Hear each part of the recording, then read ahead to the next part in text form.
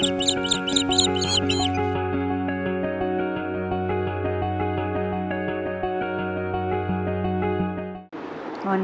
இயேசு கிறிஸ்துவின் நாமத்தில் OLS சார்பாக உங்களை சந்திப்பதில் பெருமகிழ்ச்சி அடைகிறேன்.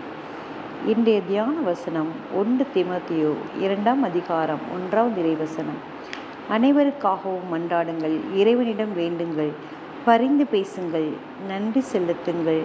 முதலில் நான் உங்களுக்கு தரும் அறிவுரை இதுவே.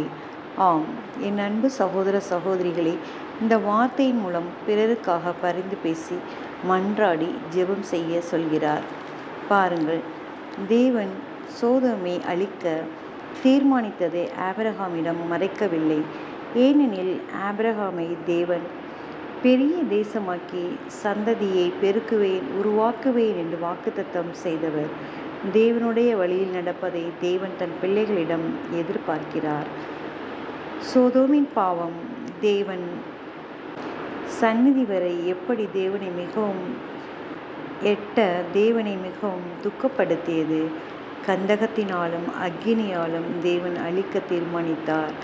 ஆபிரகாம் அவர்களுக்காக பரிந்து பேசுகிறார். ஒரு முறை அல்ல, 6 முறை பரிந்து பேசுகிறார்.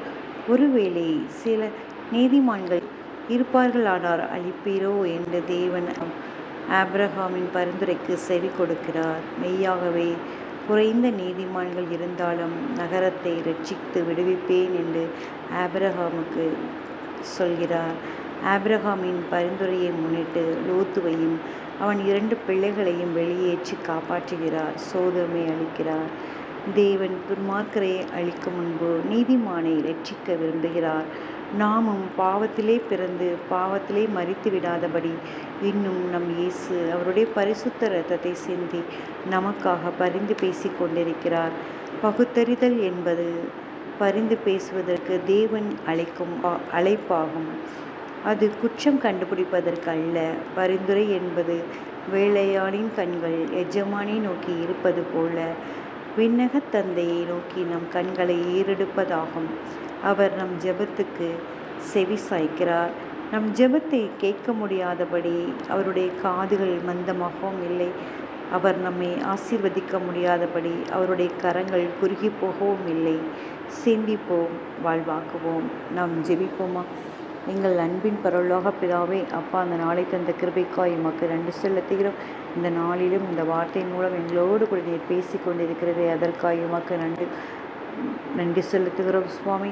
ஆண்டவரே, அனைவருக்காகவும் மன்றாடி ஜெபிக்க நீர் எங்களுக்கு அப்பா பரிந்துரையின் கிருபையை நீர் எங்களுக்கு தாரும் சுவாமி. ஆண்டவரை பரிந்து பேசுவதன் மூலம் எங்களுடைய விண்ணப்பங்களை நீர் செவி சாய்க்கிறீரே.